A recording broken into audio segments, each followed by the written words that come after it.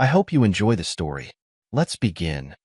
Miles Merrick stared at the cream-colored envelope on his workbench.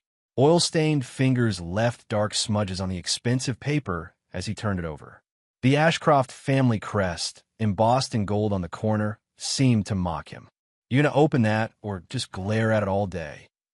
Jerry, his shift supervisor, called from across the bay. Miles grunted and tore open the envelope. Inside was an invitation on heavy cardstock.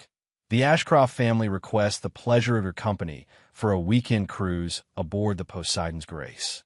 Departure, Friday, 8 a.m. sharp.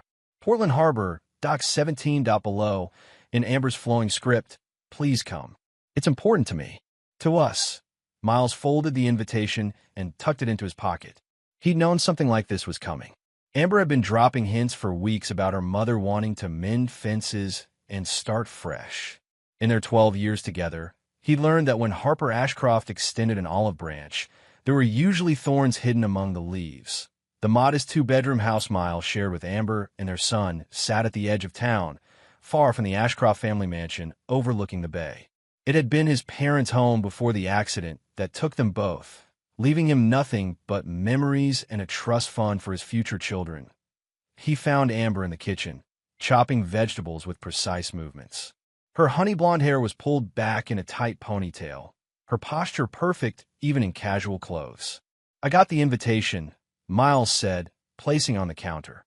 Amber looked up, a smile spreading across her face. "Mother's been planning this for weeks. She's even having the chef prepare that seafood pie you like." "Harper doesn't do family bonding without a reason," Miles replied, crossing his arms. "Last time we were on that boat, she spent the entire weekend explaining why I should let her invest Rhett's trust fund. That was a year ago. Things are different now." Amber moved around the counter, placing her hands on his chest. "She knows how important you are to me. This is her way of making peace." Miles looked into her eyes, deep blue, like the ocean before a storm. Once, he'd found comfort in those depths. Now he saw something cold and calculating swimming beneath the surface. "Where's Rhett?" he asked, stepping back from her touch. "In his room, building that model ship you got him." Amber's smile faltered slightly. "He's been asking when we can go sailing again. This would be perfect for him." The mention of their son hit its mark. Miles ran a hand over his close-cropped hair, feeling the weight of responsibility. "I'll think about it." "Miles." Amber's voice hardened slightly. "Don't make this about you and Mother. Rhett deserves to know his family. I know what our son deserves." The words came out sharper than he intended. He turned away, heading down the hall to Rhett's room. The door was ajar, and Miles paused to watch his son. Rhett sat cross-legged on the floor, attaching tiny sails to a model clipper ship. At 5, he already showed a focus and patience that reminded Miles of himself. "How's it coming along, sailor?" Miles asked, knocking gently. Rhett looked up, his face brightening. "Dad, I got the mast to stay up. Come see." Miles entered and lowered himself to the floor. Rhett immediately climbed into his lap, proudly displaying the half-finished model. "That's fine work," Miles said, examining the construction. "You've got a steady hand. Mom says we're going on Grandma's big boat." Rhett twisted to look up at him. "Are we?" Miles felt his resistance crumbling. "Thinking about it, buddy. Please? I want to see the dolphins again." Miles ruffled his son's dark hair, so like his own.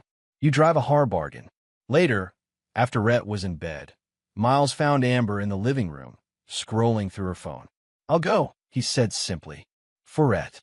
Amber set down her phone, a triumphant smile playing at the corners of her mouth. "Mother will be pleased." "I don't care if she's pleased," Miles replied. "I care about my son. Our son," Amber corrected, her smile never faltering. "And we're going to be a proper family again. You'll see." Friday morning dawned clear and bright. Miles loaded their luggage into his pickup truck while Amber fussed over Rhett's appearance, combing his hair and straightening his collar. "Mom, stop," Rhett protested, squirming away. "Dad said I look fine." "Your father's idea of fine and your grandmother's are quite different," Amber replied, but relented with a sigh. As they approached Dock 17, the Poseidon's Grace came into view sleek, white, imposing against the blue horizon. At 120 feet, The luxury yacht was Harper Ashcroft's pride, a floating declaration of the family's wealth and status. Waiting at the gangplank was Harper herself, elegant in white linen pants and a navy blazer. Beside her stood Captain Ezra Lyle, tall and weathered, his captain's uniform crisp and formal. "There they are," Harper called, waving with practiced enthusiasm. Right on time, Miles parked and helped Red out while Amber rushed ahead to embrace her mother. Captain Lyle approached, offering to handle their luggage. "Good to see you again, Mr. Merrick," he said, his handshake firm. Miles nodded. "Captain," there was something in Lyle's eyes, a wariness, perhaps, or a silent apology that made Miles uneasy. Harper descended upon them, enveloping Rhett in a cloud of expensive perfume. "My handsome grandson, look how you've grown." "Hi, Grandma," Rhett said, enduring her embrace before breaking free. "Can I see the engine room again?" Harper laughed.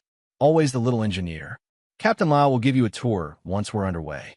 She turned to Miles, her smile cooling several degrees. "Miles, you're looking healthy." "Harper," he replied simply. As they boarded, Miles noticed a young woman waiting on deck, the stewardess, he assumed.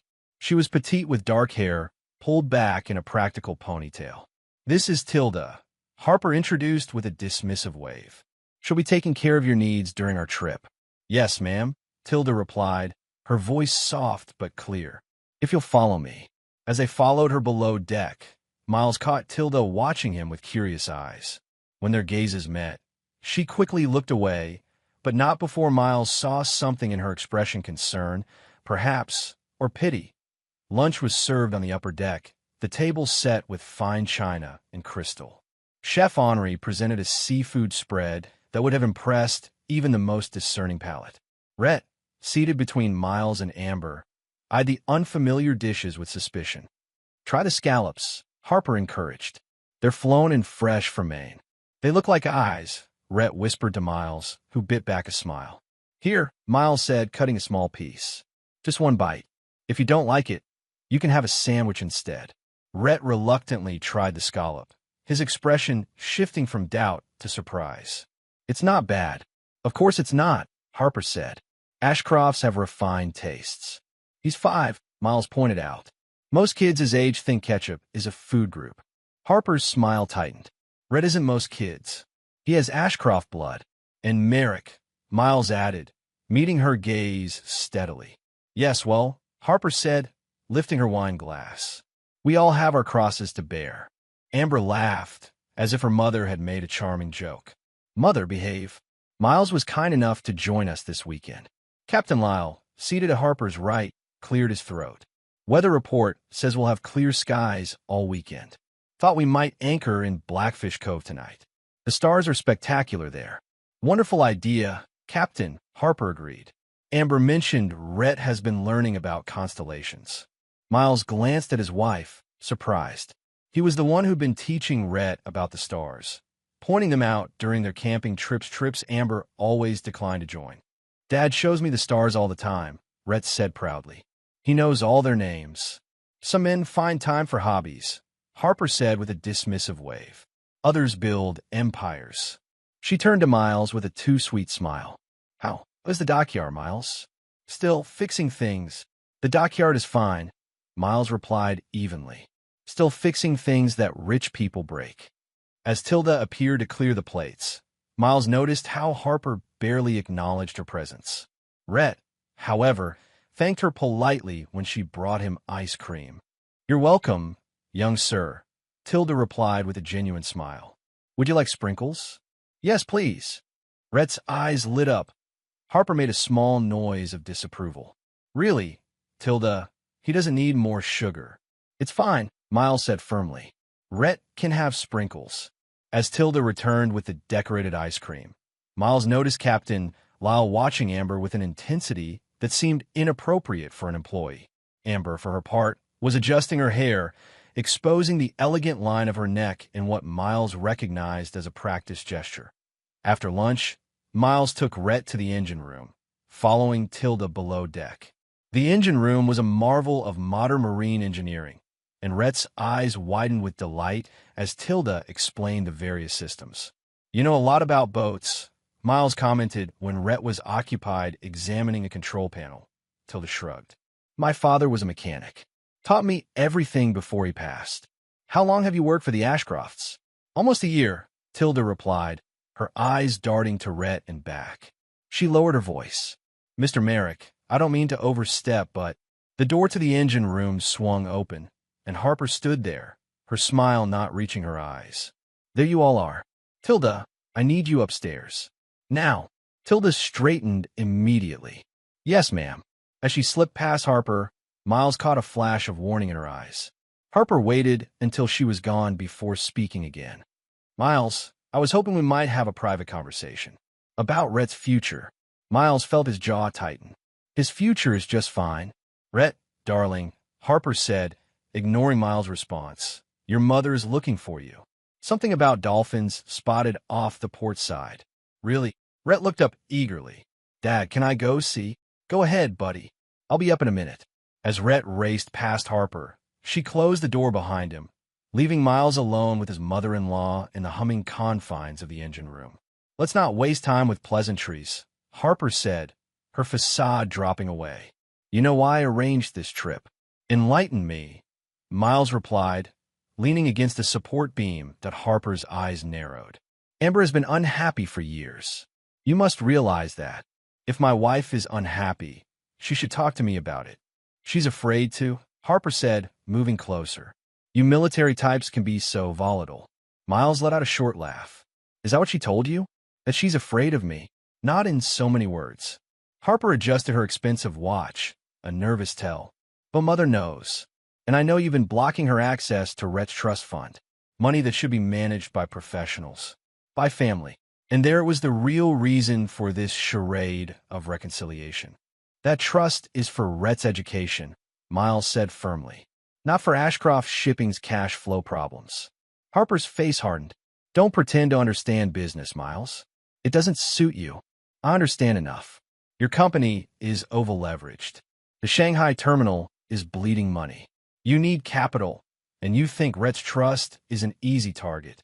How dare you? Harper hissed, her composure cracking. Everything I've done has been for this family. For Amber and Rhett's security. Not for mine, though. Miles observed calmly that Harper's laugh was cold. You were never meant to be permanent. A youthful rebellion, nothing more. Amber knows where she belongs. With Captain Lyle? Miles asked, watching the surprise flicker across Harper's face. Or is he just the latest in a series? You know nothing, Harper spat. Amber deserves better than a man who fixes boats for a living. And Rhett deserves better than a grandmother who sees him as a walking bank account. Harper stepped closer, her perfume cloying in the enclosed space. Be careful, Miles. The Ashcroft family has weathered worse storms than you. Is that a threat, Harper? A reality check, she replied, turning to leave. Enjoy the cruise. It may be your last. Dinner that evening was a masterclass in force civility. Harper held court at the head of the table, while Captain Lyle hovered attentively nearby, finding excuses to remain within Amber's orbit. Rhett, exhausted from a day of exploration, was nodding off over his dessert. Miles gathered him up, ignoring Amber's protest that he should stay and enjoy the evening. He needs sleep, Miles said firmly. I'll put him to bed. In their suite, Miles helped Rhett change into pajamas and tucked him into the small bed in the adjoining room. Did you have fun today, buddy? He asked, smoothing back his son's dark hair. Rhett nodded sleepily. I saw 2 dolphins and a seal. And, Tilda, show me how to tie a special knot. Are you and Mom fighting again? Rhett asked suddenly, his voice small. Miles felt his heart constrict. What makes you ask that? You look at her like you're mad. And Grandma looks at you like she looks at the man who delivers packages wrong.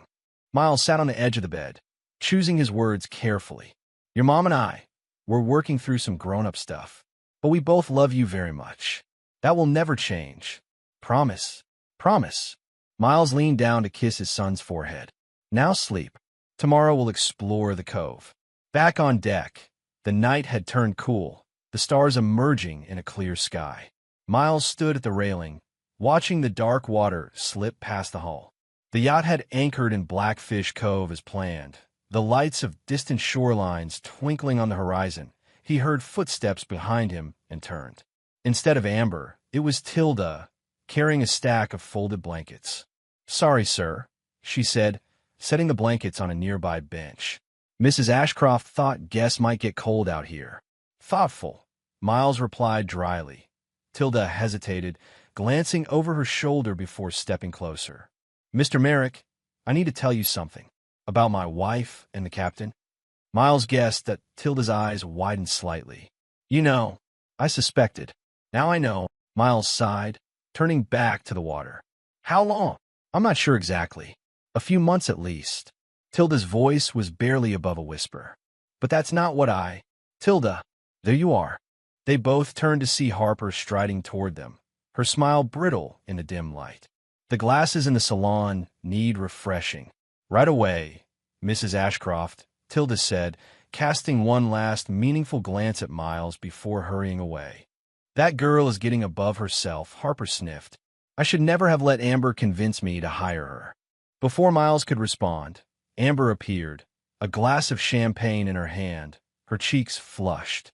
"There you are. Mother, the captain was asking for you. Something about tomorrow's route."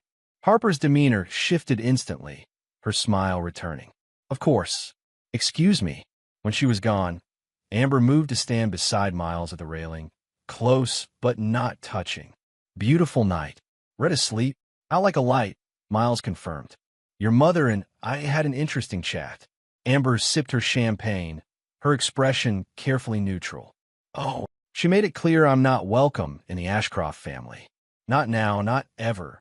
Mother has strong opinions," Amber murmured. "You know how she is." "And what about you, Amber? What are your strong opinions about our marriage?" "About Captain Lyle?"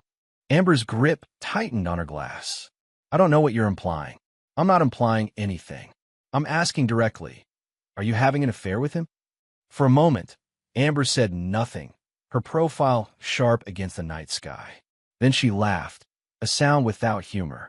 "You've always been so suspicious, so ready to think the worst of me." "That's not an answer." Amber drained her glass and set it on the railing with deliberate care. "I'm going to bed. Don't stay up too late. Mother has a full day planned tomorrow." She walked away, her back straight, leaving Miles alone with his thoughts and the endless, shifting sea. The second day of the cruise dawned bright and clear. Miles woke early, finding Rhett already up and watching cartoons on the suite's television. Amber's side of the bed was empty, the sheets cold. "Morning, buddy," Miles said, ruffling his son's hair. "Where's your mom?" Rhett shrugged, eyes still on the screen. "She said she had to help Grandma with something important." Miles showered and dressed quickly, an uneasy feeling settling in his stomach.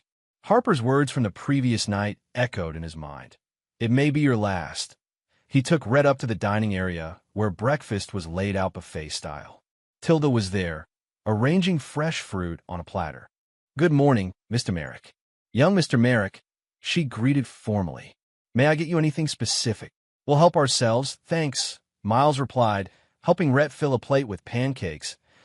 As Rhett settled at the table, Miles moved closer to Tilda. "What were you trying to tell me last night?" Tilda glanced around nervously. "Not here," she whispered. "Meet me by the supply closet on the lower deck in 20 minutes. Alone." Before Miles could ask more, Harper swept in, resplendent in a white sundress and wide-brimmed hat. "Ah, the early birds. Sleep well, Miles." "Like a rock," he lied. "See my wife? Amber's on the bow, doing her morning yoga," Harper replied smoothly. "She didn't want to wake you." After 20 minutes, Miles left Rhett with Harper and headed to the lower deck. The supply closet Tilda had mentioned was tucked away near the crew quarters. He waited, checking his watch every 30 seconds, anxiety building. After 5 minutes, the door to the laundry room across the hall opened, and Tilda emerged, glancing nervously in both directions before approaching. "I can only talk for a minute," she said in a hushed voice. "Mr. Merrick, you need to get your son and yourself off this boat as soon as possible." "What?" Miles demanded, though part of him already knew. "I overheard them talking Mrs. Ashcroft and your wife." And later, the captain joined them. Tilda twisted her hands together. "They're planning something. Something about eliminating complications." "Eliminating complications," Miles repeated, his blood running cold. Are you telling me they planned to hurt us? I don't know exactly, Tilda admitted. But they mentioned your son's trust fund. Mrs. Ashcroft said once you were taken care of, she would have legal authority as next of kin to manage it. Miles leaned against the wall, his worst fears confirmed. And Amber agreed to this? It was her idea, Tilda said, her voice barely audible. I'm sorry. Before Miles could respond, they heard footsteps approaching. Tilda quickly opened the supply closet and grabbed a stack of towels. Just getting these for the upper deck, sir, she said loudly as a crew member passed by. When they were alone again, she pressed something into Miles' hand, a small key. To the tender boat on the stern. If things go bad, that's your best chance. Thank you, Miles said, pocketing the key. I won't forget this. Miles returned to the dining area to find it empty, Rhett and Harper nowhere in sight. Panic surged through him as he rushed out onto the deck. Scanning the yacht for any sign of his son, he found them on the starboard side, Rhett pointing excitedly at something in the water while Harper stood close behind him. Dad, Rhett called when he spotted Miles. We saw a huge fish. It might have been a shark. Miles moved quickly to his son's side, placing a protective hand on his shoulder. That's great, buddy. Hardly a shark, Harper corrected with a dismissive wave. More likely a sunfish. Rhett's imagination is quite active. Like his father's, a voice said from behind them. Miles turned to see Amber approaching, Captain Law a few steps behind her. She was dressed in a flowing beach cover-up, her hair loose around her shoulders, looking every inch the carefree vacationer. We miss you at breakfast, Miles said, watching her carefully. I needed some quiet time, Amber replied with a smile that didn't reach her eyes. The stress of the city, you know. Captain Law stepped forward. Mrs. Merrick mentioned you wanted to see the cove. I could take you and the boy out in the tender boat. The reef is spectacular. Miles measured the captain with his eyes, noting the man's tense posture, the way his hand rested near the knife on his belt. Actually, I think Rhett and I will explore on our own later. I insist, the captain said, his smile tight. It's a tricky area to navigate. Lots of hidden rocks. I appreciate the concern, Miles replied, matching the captain's false smile, but I'm pretty capable of handling a boat. Amber moved to Miles' side, her hand on his arm. Don't be stubborn, darling. The captain knows these waters. Miles could feel the trap closing around him. Maybe later, he said, buying time. Rhett and I were going to check out the view from the stern first. Right, buddy. Rhett, sensing the tension, nodded uncertainly. Can we see if there are more sharks? Sunfish, Harper corrected from a few yards away. Don't fill the boy's head with nonsense, Miles. Miles took Rhett's hand. Let's go, son. The stern of the yacht offered a panoramic view of the cove and the open ocean beyond. Rhett ran to the railing, peering down at the crystal-clear water below. Can we go swimming, Dad? He asked eagerly. Not right now, buddy, Miles replied, scanning the area for any sign of Tilda or other crew members who might help. The tender boat was secured to the swim platform below, a sleek motorboat for shorter excursions. Miles heard footsteps and turned to see Amber approaching, alone this time. Her expression was strange, a mixture of determination and something like regret. Rhett, sweetie, she called. Grandma wants to show you something special in the salon. A surprise. Rhett looked up, excited. What kind of surprise? If I told you, it wouldn't be a surprise, Amber replied with a forced laugh.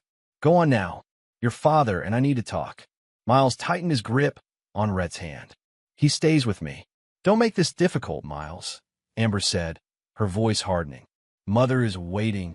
I want to stay with Dad, Rhett said, picking up on the tension that Amber's smile became brittle. Rhett, go to Grandma. Now. He said he wants to stay with me, Miles repeated, shifting to place himself between Amber and their son.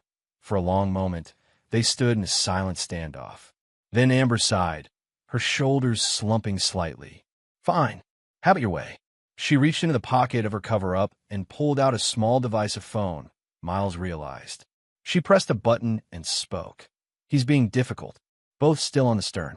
Before Miles could react, he heard more footsteps, heavier this time. Harper and Captain Lyle appeared, the captain's hand now openly resting on his knife. This is disappointing, Miles, Harper said, her voice cold. We'd hoped to make this easier for everyone, especially for Rhett, Amber added, not meeting Miles' eyes. Miles backed up slowly, pulling Rhett with him until they were against the railing. What's the plan here, Harper? An unfortunate accident at sea. Something like that, Harper replied with a thin smile. So much cleaner than divorce. And with proper guardianship of Rhett, his trust fund can be properly managed. By you, Miles said, pieces falling into place. And I'm guessing Blake get the cut too, right, Amber? Amber's head snapped up. How do you know about Blake? I'm not as stupid as you all think, Miles replied, his mind racing. The tender boat was directly below them, but he'd need to create a distraction to get Rhett safely aboard. It doesn't matter what he knows, Harper cut in. He won't be sharing it with anyone. Captain Law stepped forward, drawing his knife. Best not to make this messy in front of the boy. Miles crouched down to Rhett's level, keeping his eyes on the three adults. Rhett, remember how we practiced jumping into the pool last summer? How you had to be brave. Rhett nodded, his eyes wide with fear. We're going to do that now, okay? Jump into the water. I'll be right behind you. Miles, don't be foolish, Harper snapped. You're trapped. Dad, Rhett's voice trembled. Trust me, buddy, Miles said softly. On 3, okay? 1, stop this nonsense, Amber said, stepping forward. Rhett, come to mommy. 2, Miles continued, gauging the distance to the water. Captain Lyle lunged forward, knife raised. 3, Miles shouted, lifting Rhett and setting him on the railing. Jump, Rhett. Now. Rhett hesitated for a split second, then pushed off, disappearing over the side with a small splash. Captain Lyle reached Miles just as he turned to follow his son. The knife slashed across his arm, drawing blood. Miles staggered, nearly losing his balance. You could have made this easy, Harper hissed, approaching from the side. You'll be erased, and no one will even question it. Goodbye, useless ones, Amber whispered, her eyes cold as she shoved Miles hard in the chest. Miles fell backward over the railing, the world spinning as he plummeted toward the water. The last thing he saw was the three of them peering over the edge, waiting to see if he would surface. Then he hit the water, the impact driving the air from his lungs, and darkness threatened to engulf him. Fighting against the pain and shock, Miles forced himself to swim, searching desperately for Rhett. He spotted his son a few yards away, struggling to stay afloat. With powerful strokes, Miles reached him, pulling the frightened boy against his chest. I've got you, he gasped, treading water while scanning the yacht above them. Harper, Amber, and the captain had disappeared from the railing, but Miles knew they would be watching, making sure the job was finished. Dad, I'm scared, Rhett whimpered, clinging to Miles' neck. It's okay, buddy, Miles assured him, though nothing was okay. Just hold on to me. Miles swam away from the yacht, keeping Rhett's head above water while fighting against his own pain and fatigue. In the distance, he spotted something floating, a wooden crate that must have fallen from the yacht or another vessel. With renewed determination, he swam toward it. The crate was large enough to support Rhett's weight. Miles lifted his son onto it, relieved to see it floating steadily. Stay on this. Okay, he instructed, keeping one hand on the crate to stay afloat himself. I'm going to push us away from the big boat. Are Mom and Grandma coming to get us? Rhett asked, shivering despite the warm air. Miles looked at his son's innocent face, wondering how to explain that the people who should have protected him had just tried to kill them both. Not right now, buddy, but we're going to be okay. I promise. As he pushed the crate farther from the yacht, Miles glanced back. The Poseidon's Grace was already moving, engines rumbling as it turned away from the cove, abandoning them to the vast, unforgiving ocean. Miles felt a cold rage building inside him, hardening into resolve. They had tried to take everything from him: his life, his son, his dignity. But they had failed. He was alive. Rhett was alive. And as long as that was true, Miles would find a way back. Not just to safety, but to justice. We're going to make it, Rhett, he said, his voice stronger now. And then we're going to make things right. As the yacht disappeared on the horizon, Miles began the long, painful task of navigating towards the distant shoreline, one careful push of the crate at a time. The sun hung low on the horizon by the time Miles spotted the shorest stretch of rocky beach beneath towering cliffs. His arms burned from hours of pushing the floating crate, his wounded arm throbbing with each movement. The salt water had cleaned the cut, but also made it sting mercilessly. Rhett had been quiet for the last hour, huddled on the crate, his eyes wide and fearful. The initial shock had worn off, leaving behind a stunned silence that worried Miles more than tears would have. "Almost there, buddy," Miles encouraged, though his own strength was failing. "See those rocks? That's where we're heading." The tide was with them, gradually pushing them toward shore.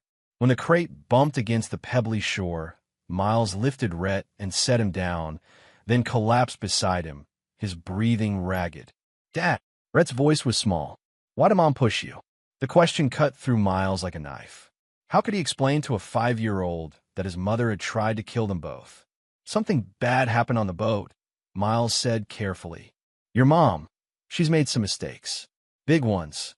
Rhett pulled his knees to his chest. "Is she mad at us?" "No, buddy. She's mad at herself, I think. And she made some terrible choices because of it. It wasn't the whole truth, but it was all Miles could offer for now." "I'm cold," Rhett said, shivering as the wind picked up. Miles forced himself to his feet, ignoring the pain shooting through his muscles. "Let's find some shelter for the night." The beach gave way to a steep, wooded slope. Miles carried Rhett when the terrain became too difficult, despite his own exhaustion. As darkness fell, he spotted what looked like a structure through the trees, a small building set back from the cliff edge. "Look at that," he said, pointing. "Might be somewhere we can rest." Drawing closer, Miles recognized it as a ranger station, the kind used by park services to monitor wildlife and assist hikers. The windows were dark, suggesting it wasn't currently occupied. The door was locked, but Miles found a window with a broken latch. "Wait here," he told Rhett, lifting the window and climbing inside. The station was basic but functional, a main room with a desk and radio equipment, a small kitchenette, and a back room with a cot. Everything was covered in a thin layer of dust, confirming the station was temporarily closed. He unlocked the front door and brought Rhett inside, setting on a chair while he assessed their resources. The radio was dead, either broken or without power. The kitchenette had a few canned goods and bottled water. A cabinet yielded a first aid kit, which Miles set aside to treat his arm. "Are we going to stay here?" Rhett asked, looking around with curiosity that momentarily replaced his fear. "For tonight at least," Miles replied, opening a can of beans. "It's safe and dry." Hungry, while Rhett ate, Miles examined his arm. The cut was deep but clean, the bleeding mostly stopped. Using supplies from the first aid kit, he cleaned and bandaged the wound as best he could. "Does it hurt?" Rhett asked, watching with concern. "Just a scratch," Miles lied, forcing a smile. "I've had worse." After their meager meal, Miles found a blanket in the back room and wrapped it around Rhett. He rummaged through the station supplies, locating a flashlight, matches, and a detailed map of the area. According to the map, they were in a remote section of coastal forest, at least 10 miles from the nearest town. Without a working phone or radio, reaching civilization would be a challenge, especially with Rhett. But that wasn't Miles' only concern. By now, Amber and Harper would have reported them missing, probably claiming they'd fallen overboard accidentally. If Miles and Rhett simply showed up alive, they'd be at risk again. He needed evidence of what had happened and allies who could help protect them. "Dad," Rhett's voice pulled him from his thoughts. "Are the bad people going to find us?"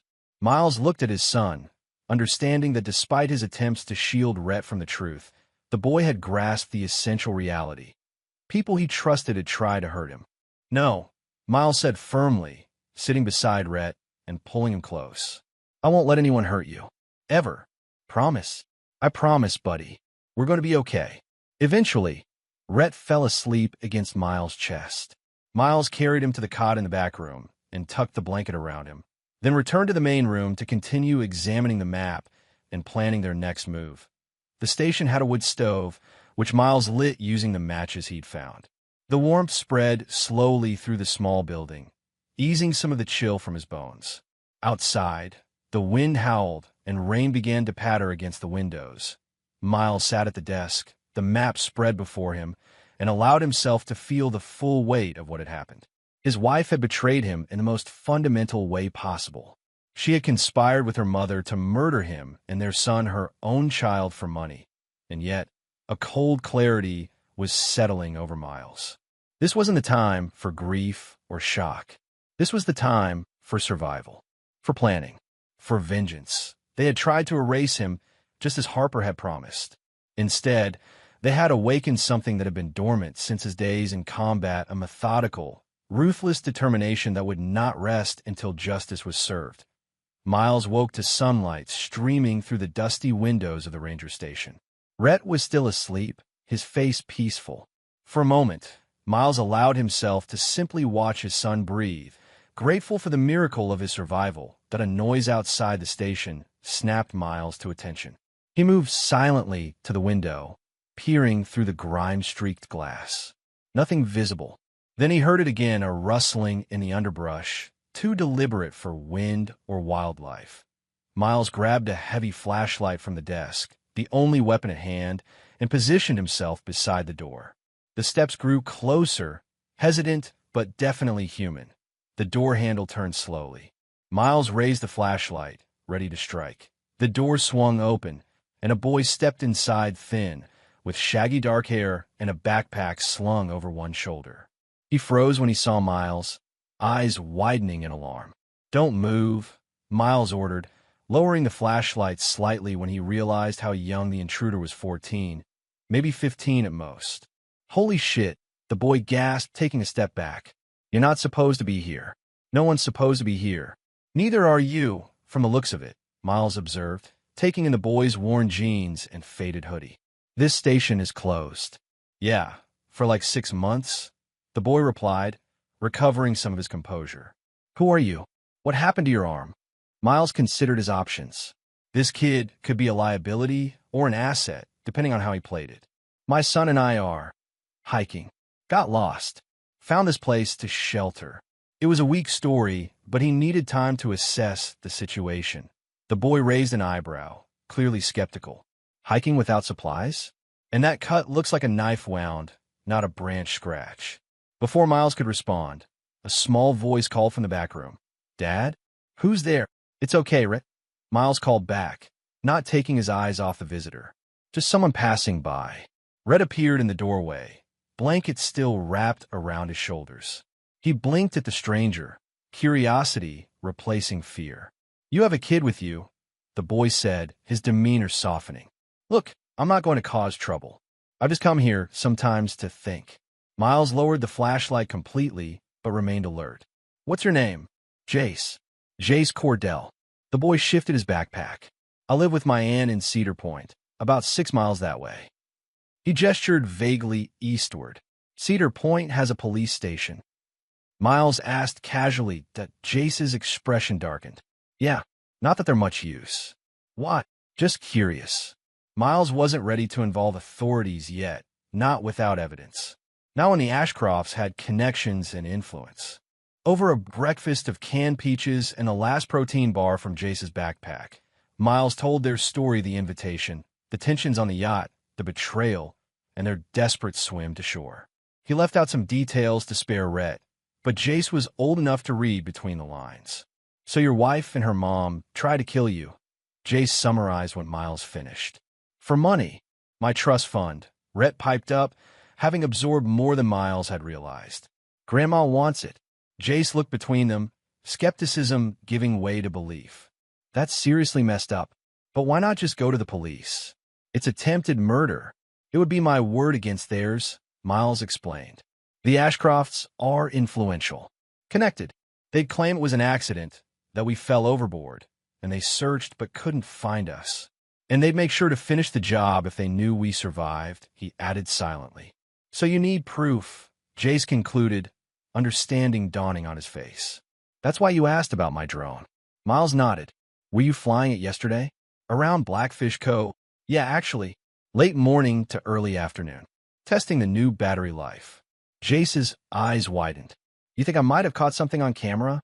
"It's a long shot," Miles admitted. "But if your drone was recording and happened to be near the yacht when we went overboard."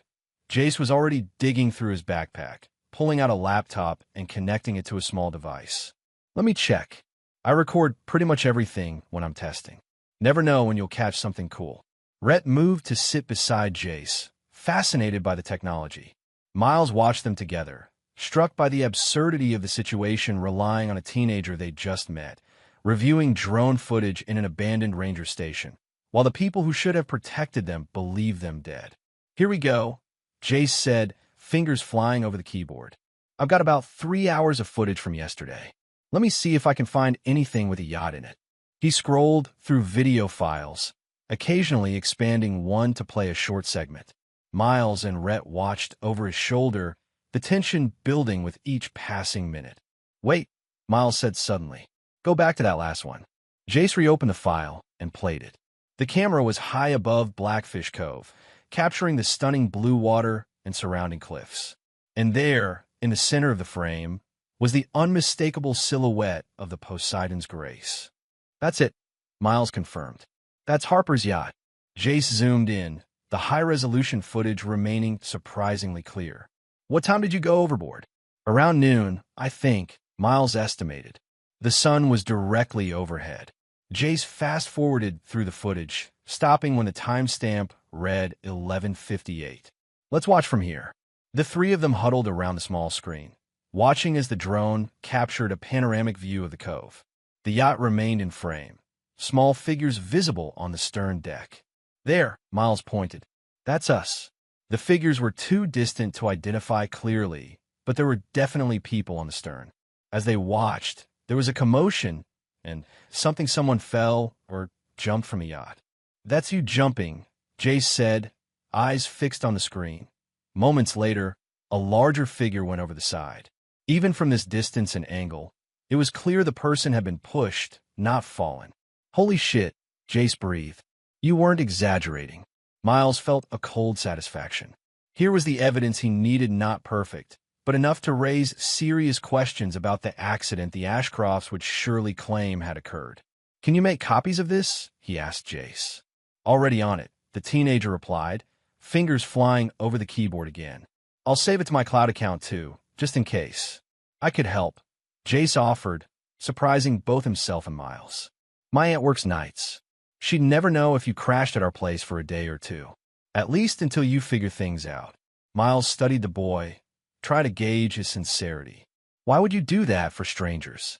Jace shrugged, suddenly uncomfortable with the direct question. Because it's the right thing to do? Because this is the most interesting thing that's happened around here in forever? Take your pick. And because you know what it's like when adults let you down, Miles guessed, seeing something familiar in the boy's defensive posture. Jace's silence was confirmation enough. We'll need to be careful, Miles said after a moment. If the Ashcrofts realize we survived, they'll come looking. My aunt's place is on the outskirts of town, Jace said. Pretty private, and I know the back roads. We can avoid being seen. As they prepared to leave the ranger station, a new determination settled over Miles. This wasn't just about survival anymore. It was about making sure Amber, Harper, and everyone involved in their betrayal paid for what they had done. While Miles, Rhett, and their unexpected ally made their way through the coastal forest, events were unfolding exactly as Miles had predicted. The Poseidon's Grace had returned to Portland Harbor late the previous night, and by morning, the tragic news was spreading. Miles Merrick and his young son had been lost at sea in a terrible accident. Harper Ashcroft stood in her mahogany-paneled office, watching the press gather on the lawn of the family mansion. Her expression was carefully composed into one of dignified grief, her black designer suit immaculate. Remember, she instructed Amber, who sat rigidly on a leather sofa nearby. Let me do most of the talking. You're too overcome with grief to say much.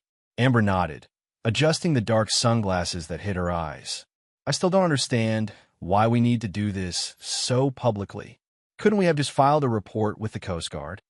Harper sighed with exaggerated patience. Because control of a narrative is everything. We need public sympathy, not suspicion. She crossed to the desk and picked up a folder. Besides, I've already filed the initial paperwork for guardianship of Rhett's estate.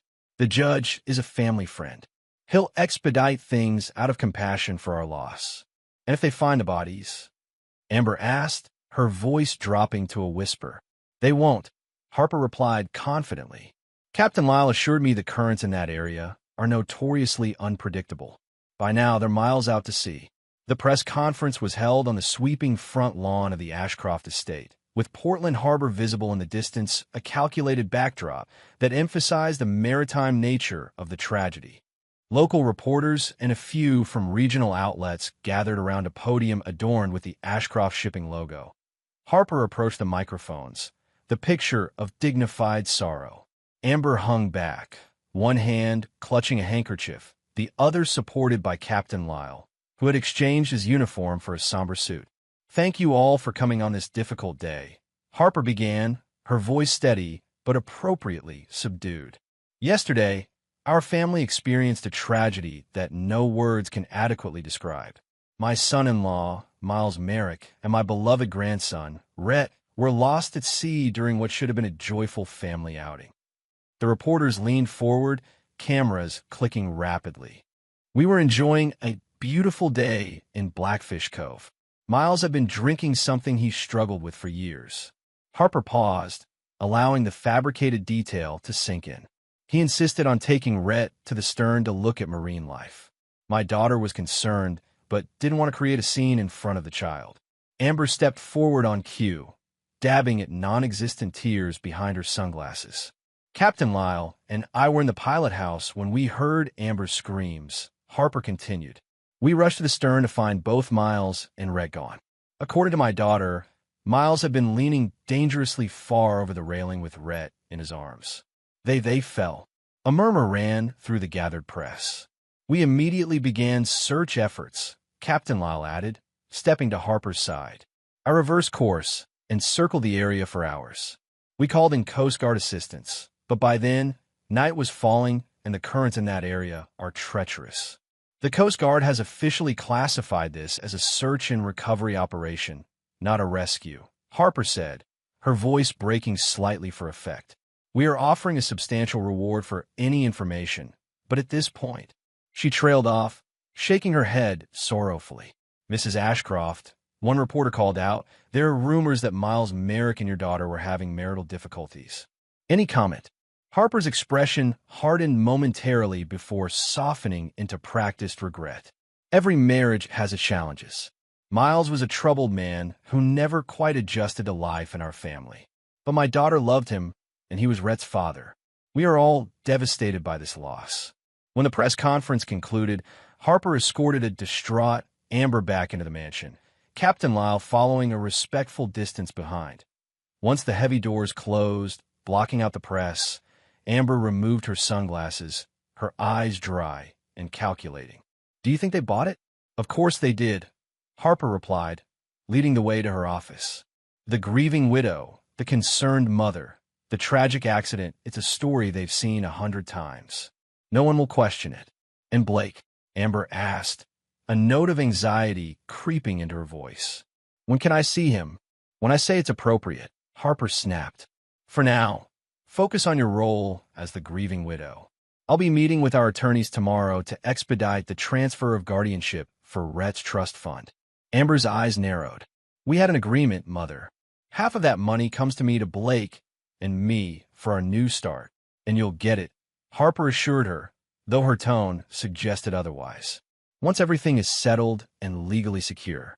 These things take time, Amber. Patience." As Amber left the office, Harper returned to the window, gazing out at the harbor where the Poseidon's Grace was docked.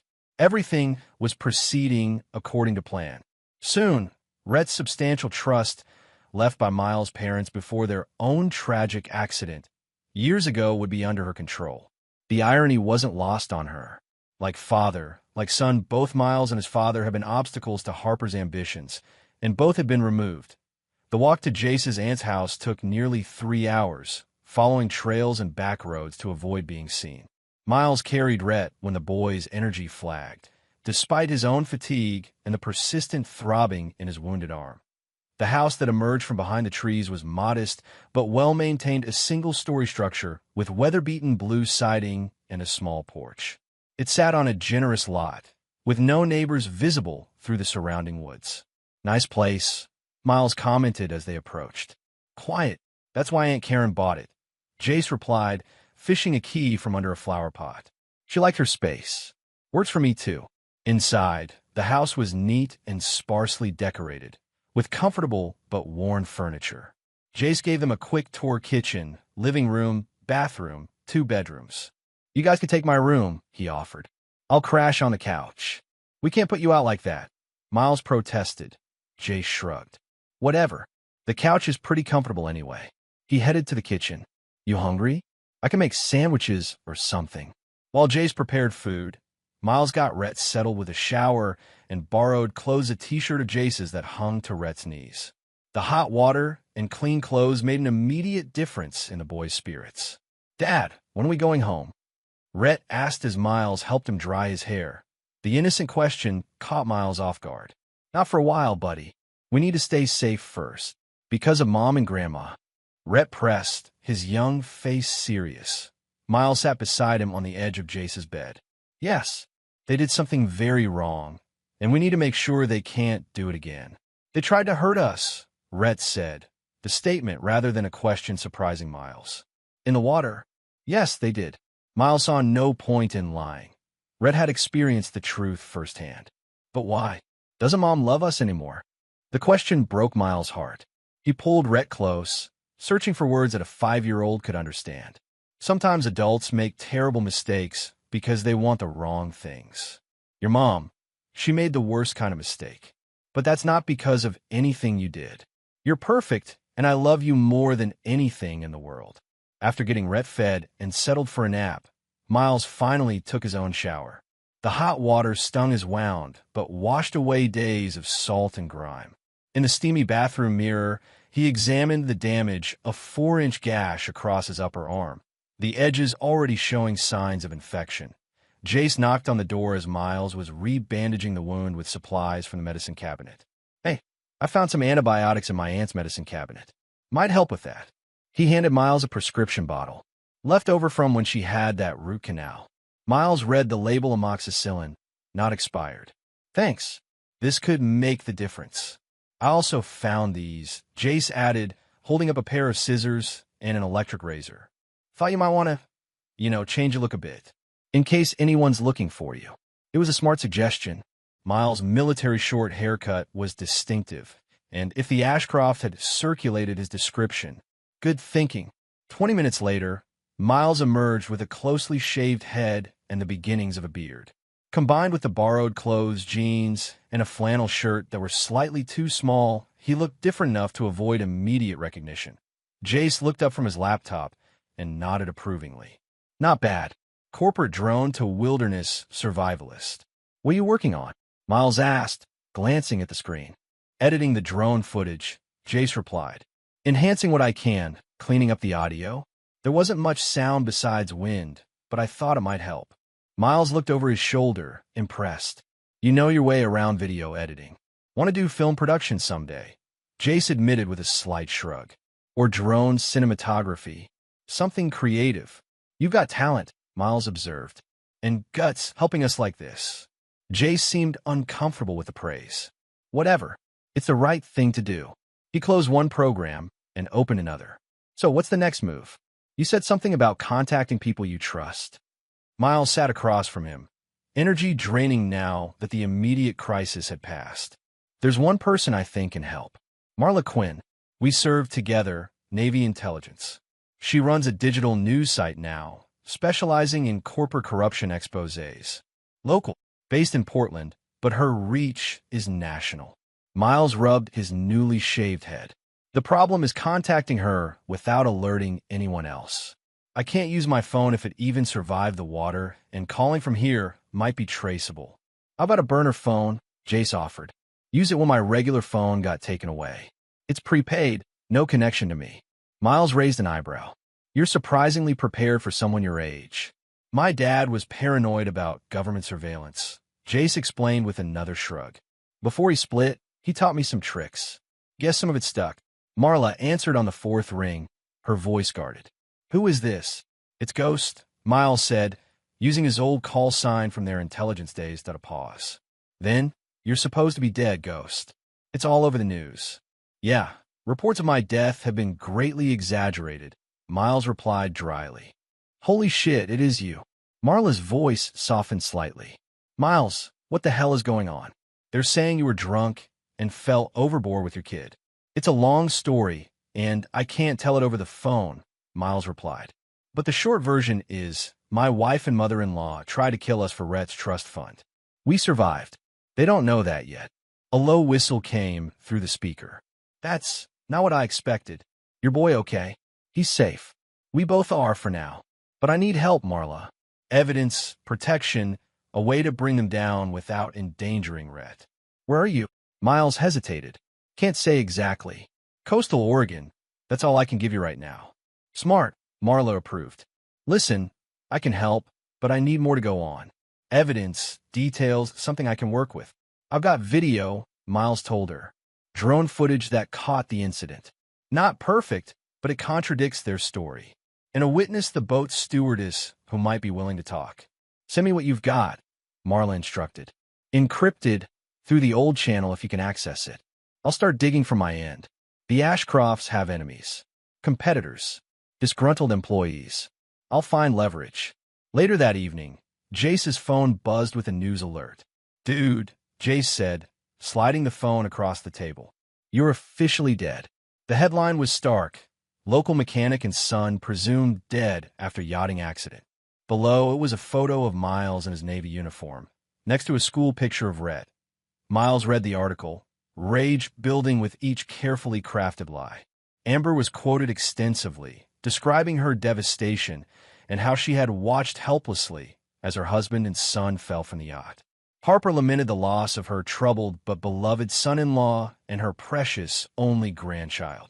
The article mentioned that private memorial services will be held once the recovery efforts were complete. They're really selling it, Jace observed, watching Miles' expression darken. They're laying groundwork, Miles corrected. Listen to this. In light of the tragedy, Family Court Judge William Hendricks has expedited guardianship proceedings for the estate of the minor child, noting the unusual circumstances. He looked up. Hendricks is in Harper's pocket. She's already moving on Rhett's trust fund. So what's the plan? Go public? Tell everyone you're alive? Miles shook his head. Not yet. If we surface without enough evidence, they'll just try again, maybe more carefully next time. He handed the phone back. No. First we gather ammunition. Build a case so strong they can't wriggle out of it. Then we strike. The television in Jace's living room played footage of a somber-faced Amber Merrick visiting the dockyard where her late husband had worked. She clutched a framed photo of Miles and Rhett as she accepted condolences from Miles' colleagues, tears streaming artfully down her cheeks. And the Oscar goes to... Jace muttered from the couch, where he was attempting to teach Rhett how to play chess. Miles watched from the kitchen doorway, a muscle working in his jaw. 2 days had passed since they'd contacted Marla, and while they waited for her signal, the Ashcroft were busy cementing their narrative of tragic accident and grieving family. She's good, Miles acknowledged grimly. Always had a talent for performance. He'd spent those 2 days recovering his strength, treating his infected arm with antibiotics, and planning with Jace while keeping Rhett's spirits up. The wound was improving, though still painful, and Miles had regained some of his former energy. Rhett looked up from the chessboard at the sound of his mother's voice on television. His expression was complicated confusion mixed with hurt and a wariness no 5-year-old should possess. Can we turn it off? Miles asked quietly. Jace immediately switched channels to a cartoon, drawing Rhett's attention back to happier things. The boy had been remarkably resilient, but Miles knew the trauma of betrayal would need proper addressing when they were safed up. Miles' borrowed phone buzzed with a text from an unknown number Marla signal. The message contained only an address in the neighboring town of Newport and a time. 9 p.m. We have a meeting, Miles told Jace. Tonight. With your Navy friend? Miles nodded. Which means we need someone to watch Rhett. My aunt, Jace suggested. She's off tonight. I can tell her you're a friend from school whose dad is in the hospital. She won't ask too many questions. This turned out to be accurate. Karen Cordell, a practical woman in her 40s with Jace's dark hair and direct manner, accepted the hastily constructed story without much scrutiny. Hospital's expensive, was her only comment. Hope your dad has good insurance. Eric. She used the fake name Miles had provided. Thanks for watching my son, Miles said. Genuinely grateful, Karen waved this off. Kids are easy. Feed 'em, keep 'em alive, don't let 'em play with knives. We'll be fine. The address Marla had provided was a storage facility on the outskirts of Newport. Miles and Jace arrived 15 minutes early, parking the used car they'd bought with cash from a local seller who didn't ask questions. Wait in the car, Miles instructed. If I'm not back in an hour, take the phone and call the number labeled emergency contact. Tell them Ghost sent you. Reluctantly, Jace agreed to stay behind. Miles approached Unit 247 cautiously, every sense alert for signs of a trap. The area was quiet, most of the storage units dark and locked. He knocked on the rolling metal door with the pattern he and Marla had established years ago. 3 quick, 2 slow. The door rattled upwards 6 inches, enough for a voice to emerge from the darkness inside. Favorite weapon? SIG Sauer P226, though I haven't carried in years, Miles replied, recognizing Marla's security question. The door rolled up completely, revealing a compact space illuminated by a single battery-powered lantern. Marla Quinn stood in the center, arms crossed, her muscular frame silhouetted against the light. Her dark hair was shorter than Miles remembered, shaved on the sides with the top pulled back in a small ponytail. New tattoos adorned her forearms, intricate patterns disappearing into her rolled-up sleeves. You look like shit, Ghost, she greeted him, though her smile was genuine. Tend to happen when your family tries to drown you, Miles replied dryly. Marla gestured him inside and closed the door behind them. The storage unit was sparsely furnished with folding chairs and a card table covered in laptops and files. Mobile command center? Miles asked, looking around. Something like that, Marla confirmed. Been investigating Harper Ashcroft for months. Your situation just elevated the priority. For the next 30 minutes, Miles recounted the full story from the initial invitation to their escape and current hiding place. Marla listened without interruption, occasionally typing notes on one of her laptops. The footage your kid sent is gold, she said when he finished. Not perfect quality, but definitely shows you were pushed, not drunk and falling. He's not my kid, Miles clarified. Just a good Samaritan with a drone hobby. Whatever. He's got skills. Marla turned one of the laptops to face Miles. I've been gathering intel on Ashcroft shipping for a series on corporate corruption in Portland. Financial records, whistleblower statements, evidence of bribery. Harper's company is in serious trouble. She pulled up spreadsheets and internal documents. The Shanghai terminal was a massive overreach. Cost 3 times the projected budget and is operating at 30% capacity. They're hemorrhaging cash and taking on toxic loans to cover it. That's why she wants Rhett's trust fund, Miles realized. It's not just greed, it's desperation. Exactly, Marla confirmed. That trust is worth, what, $7 million? 8.3, Miles corrected. My parents had good life insurance and investments. It's all in a trust that activates when Rhett turns 21, with provisions for education before that. I'm the trustee until he's of age. And if something happens to you, then guardianship transfers to Amber, and if she's unavailable, to her next of kin Harper. So my wife helped try to murder me and our son for a corporate bailout. Miles said, the reality of it's still surreal. People have killed for less, Marla pointed out. But here's where it gets interesting. Harper's not just moving on the trust fund. She's also filed for expedited probate on your personal assets. I don't have much, Miles said with a shrug. The house, my truck, some savings, and a 20% stake in Merrick Marine Service. Marla added, watching Miles' reaction carefully. Miles straightened. My father's company? That's been defunct for years, since before they died. Not defunct, dormant. Marla pulled up another document. Your parents owned a small marine repair service that operated in the same harbor where Ashcroft Shipping is based. When they died, their share of the business went to you, but you never activated it. The other 80% was owned by silent partner Elliot Barnes. The name meant nothing to Miles. And Elliot Barnes died last month. No heirs. His share of Merrick Marine reverts to the remaining partner you. Or now, presumably, Harper Ashcroft as Rhett's guardian. Miles struggled to process this information. But why would Harper want a small, inactive repair service? Because, Marla said, pulling up a map on her second laptop, Merrick Marine holds the lease on 3 acres of prime harbor frontage land that Ashcroft Shipping needs for their planned terminal expansion. Land they've been trying to acquire for years. The pieces clicked into place. So this isn't just about the trust fund. It's about the land. Land worth tens of millions in development potential, Marla confirmed. With control of Merrick Marine, Harper gets both the cash injection from Rhett's trust and the real estate Ashcroft Shipping desperately needs. Miles felt a cold rage building inside him. My parents' accident. Was it really an accident? Marla's expression turned grim. I can't prove anything, but the timing is suspicious. They died right after refusing an offer from Ashcroft to buy their company. And now Harper tried to kill me and my son, Miles said, his voice deadly quiet. For money and land. What are you going to do about it? Marla asked. Miles stood, pacing the small space. I need to stop them. Not just expose them, stop them. Permanently. Going public now would be risky, Marla cautioned.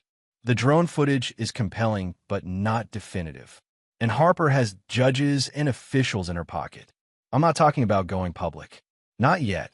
Miles turned to face her. I want to break them first. Piece by piece. Marla's eyebrow raised. You have something specific in mind. Harper and Amber think they've won, Miles said, a plan forming as he spoke. They've declared us dead. They're moving on our assets. They're playing the grieving family. I want to make them feel hunted. Uncertain. I want them to turn on each other. A slow smile spread across Marla's face. Now you're speaking my language, Ghost. Where do you want to start? You mentioned Amber has a lover. Blake something. Blake Hollis, Marla confirmed, pulling up a photo of a polished-looking man in his 30s. Financial planner. Not particularly successful on his own, but ambitious. Been seeing Amber for at least 8 months, based on social media breadcrumbs. Where does he live? Condo in the Pearl District. Very modern, very expensive, Marla supplied.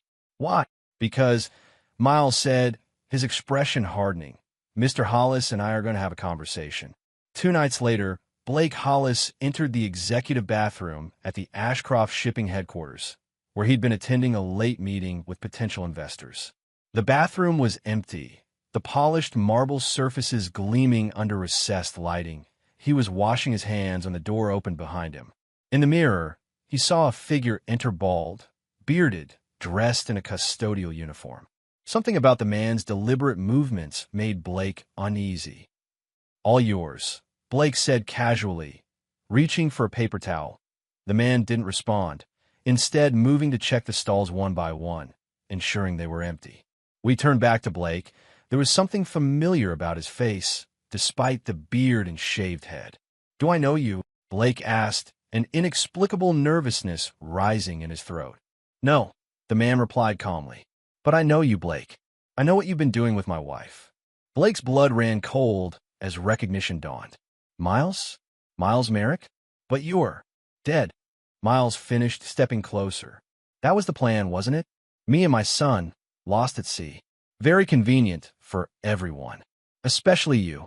I don't know what you're talking about. Blake stammered, backing away until he hit the wall. Amber said it was an accident. They've been searching. Save it. Miles cut him off. I know everything. The affair, the plot, Harper's financial troubles. All of it. Blake's hand inched toward his pocket, likely reaching for his phone. Miles moved with military precision, grabbing the man's wrist and twisting until Blake gasped in pain. That would be a mistake, Miles said softly. What do you want? Blake asked, his confident facade crumbling. Money? I can get you money. I want you to listen very carefully, Miles replied, maintaining his grip on Blake's wrist. You're going to stop seeing my wife. You're going to leave Portland. Tonight. You can't be serious, Blake protested. I have a life here, clients. Miles increased the pressure on Blake's wrist, feeling the bones grind together. I'm entirely serious. And to make sure you understand that, the movement was swift and controlled. Miles slammed Blake's hand down onto the marble countertop and, with precise force, brought his elbow down on the man's fingers. The crack of breaking bones echoed in the tiled space, followed by Blake's howl of pain. Financial planners need their hands. Miles observed as Blake cradled his injured appendage. That's your dominant hand, right? Unfortunate. You're insane, Blake gasped, face pale with shock and pain. No, Miles corrected him. I'm a father protecting his son, and I'm just getting started. He leaned closer, his voice dropping to a whisper. Run, Blake. Run far and fast. Because if you're still in Portland tomorrow, a broken hand will be the least of your worries. He left Blake slumped against the bathroom wall, the first strike delivered. By morning, Amber would know her lover had fled, and Harper would realize their perfect plan had a dangerous flaw. In the week following Miles' confrontation with Blake, the carefully constructed narrative of the Ashcrofts began to show cracks. Blake Hollis had indeed fled Portland, leaving behind confused clients and a hastily sublet condo. His abrupt departure had thrown Amber into a panic, though she could share her distress with no one except her mother. Miles monitored the situation from the safety of a new location, a small cabin on Marla's property outside Portland, more secure than Jace's aunt's house and closer to the action. Jace split his time between home and the cabin, his technical skills proving invaluable to their operation. You sure this will work? Jace asked, hunched over his laptop on the cabin's small kitchen table. On the screen was the drone footage, now enhanced and edited to clearly show the moment Miles and Rhett went overboard. It's a calculated risk, Miles admitted, but Marla's site has enough credibility and reach that the Ashcrofts can't just ignore it. Marla, who was preparing coffee at the counter, nodded in agreement. The footage alone won't bring them down, but it will create public doubt. And doubt is the first step toward investigation. The plan was to release the drone footage anonymously through Marla's news site, framing it as material received from a concerned citizen who had been flying a drone in Blackfish Cove on the day of the accident. The footage would directly contradict the story Harper and Amber had been telling, showing not a drunken fall, but a deliberate push. Ready when you are, Jace said, finger hovering over the enter key. Miles glanced at Rhett, who was napping in the small bedroom. Do it. Within hours of releasing the footage, local news outlets had picked up the story. By evening, it had reached regional coverage, with reporters attempting to contact Harper and Amber for comment. The Ashcroft publicity team released a statement calling the footage misleading and suggesting it had been manipulated, but the damage was done. They're scrambling, Marla reported after a call with one of her sources at the Portland Tribune. Harper's called an emergency meeting with her PR team and lawyers. Miles nodded in satisfaction. Good. Let them feel the pressure. The next morning brought even more developments. Marla's website published a follow-up piece featuring snippets from Tilda's interview, enough to make clear that a crew member had witnessed concerning behavior, but not enough to reveal Tilda's identity. Ashcroft stock is down 12%, Jace announced, monitoring financial news sites. Investors are getting nervous. Miles was plotting their next move when his phone buzzed, this time with a message directly from Tilda. It contained audio files and a short text. Found these on my phone. Recorded accidentally when my phone was in my pocket during cleaning rounds on the yacht. Thought you might want them. Miles played the first file, and Amber's voice filled the small cabin. It's not like I have a choice, Mother. Miles controls everything, Rhett, the trust fund, all of it. As long as he's alive, I'm trapped. Harper's response was coldly practical. Then we remove the obstacle. You've done it before with lesser problems. The implications were chilling. Miles shared a look with Marla, who appeared equally disturbed.